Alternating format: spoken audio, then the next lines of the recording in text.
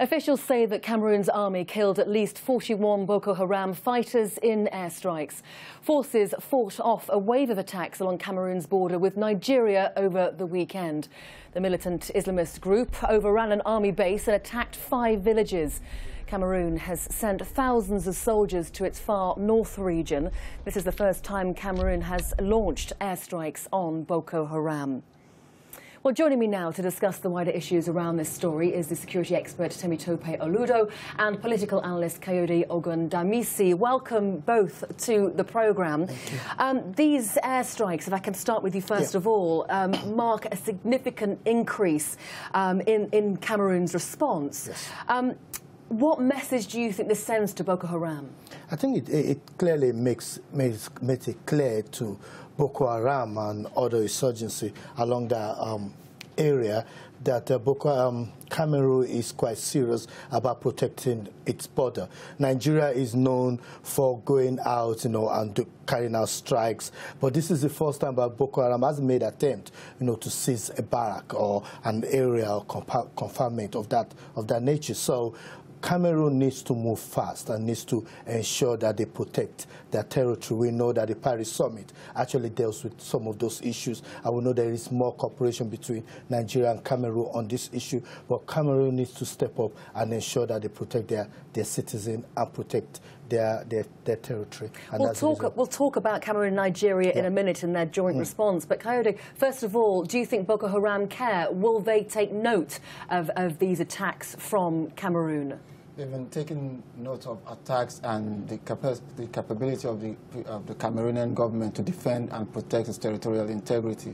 Look, this is a clear example of an African country that is taking the fight against terrorists seriously.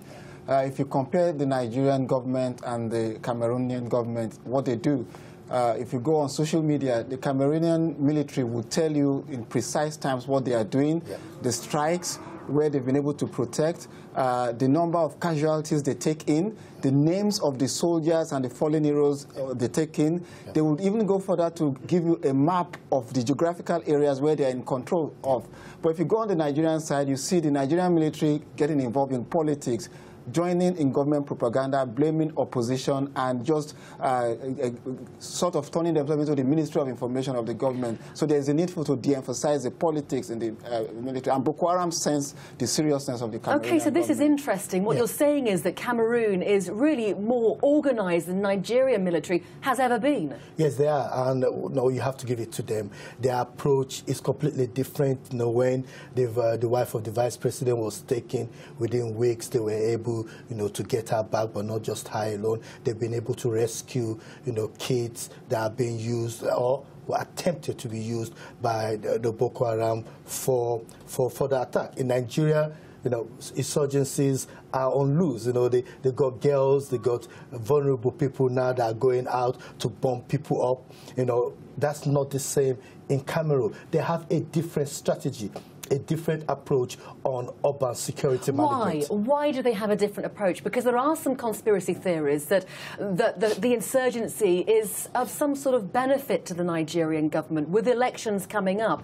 Is it good for them, for the government, that that this insurgency is happening, so to speak? There are two schools of thought on this issue. There's that school of thought that believe that the more this incident continue, it's good for some people because they're making money out of it. It's good from a political gain in terms of how the election will play out.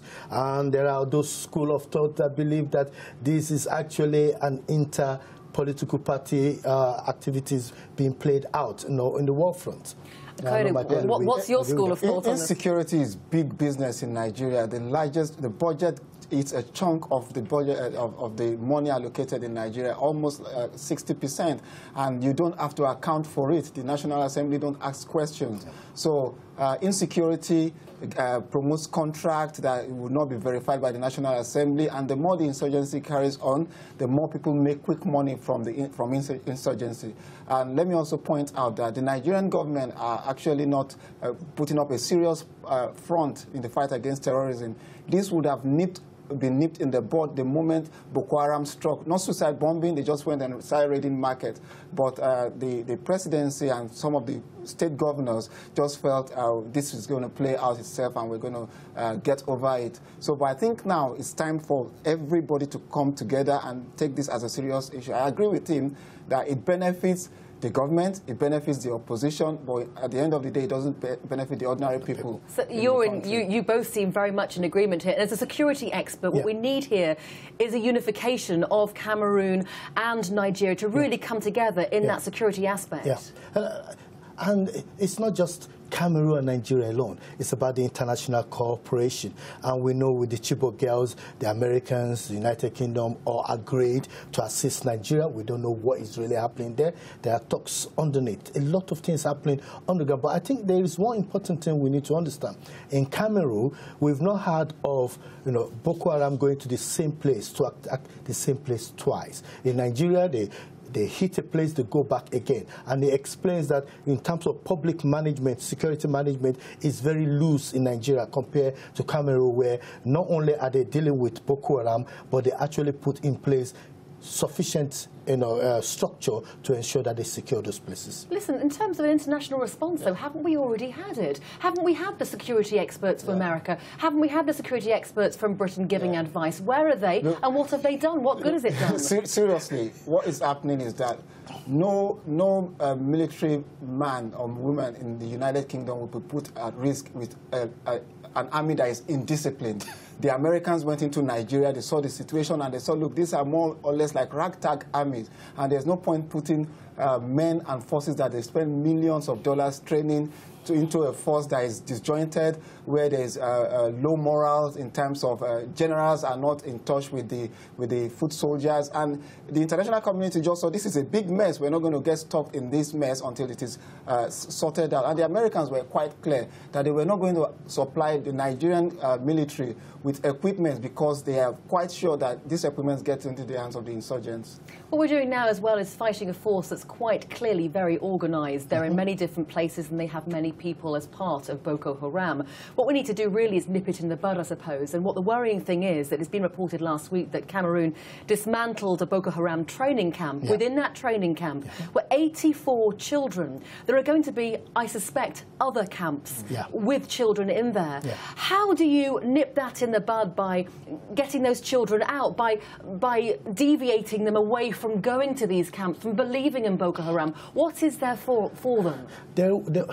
One of the things Nigeria need to do, and which they said they are doing, but which we have not seen the evidence to it, is having a soft target on counterterrorism, a counterterrorism strategy where you are de-radicalizing and disengaging people. Now, that there is no evidence of that happening presently. They said they have a system in place, but what we have is people that are black widows, people that their family have been killed, who are taking revenge, people that don't have money or are affected by poverty, who are collecting any amount of money they could get in order for them to be able to commit, and the political actors copying Boko Haram activities and saying that it is Boko Haram. So what we have is different faces of Boko Haram, and that's the challenge that we have. And we have a government that is not actually working with, or having a people-driven strategy to address this issue, and that is the biggest problem we have.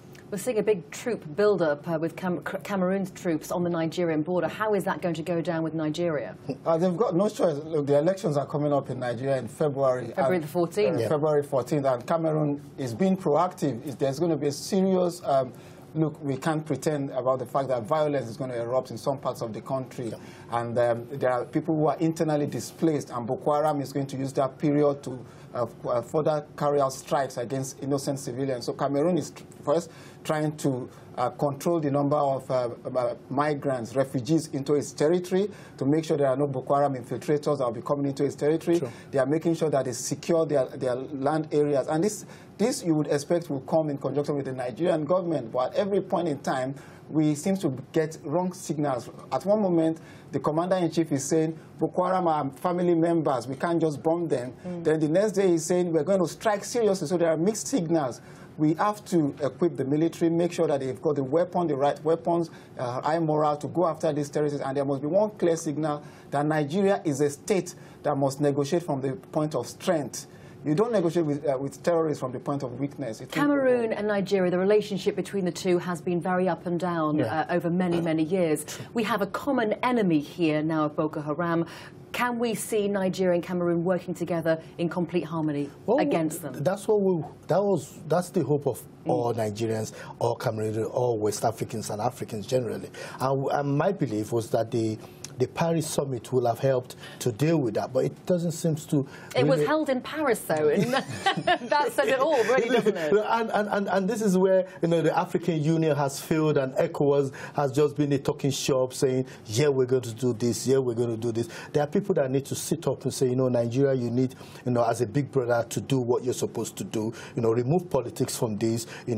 Politicians, when it happens in the United Kingdom, there's a bomb blast. You don't see a Labour Party leader or Liberal Democrat Party saying, no, that's not. No, they call each other, they have that discussion. That's what we're expecting. That's what Nigerians expect from their leaders. That is what is lacking. So they're all playing politics on this. They need to sit up. Cameroon, Nigeria need to sit up and say, you know what, this is in our interest that we deal with this issue, and then go back to the negotiating table on the other issues of interest. Temitope, Kayode, thank you very much indeed for your insight on that, and I know we'll talk further probably about this. Time will tell. Thank you both for now very much indeed. Okay.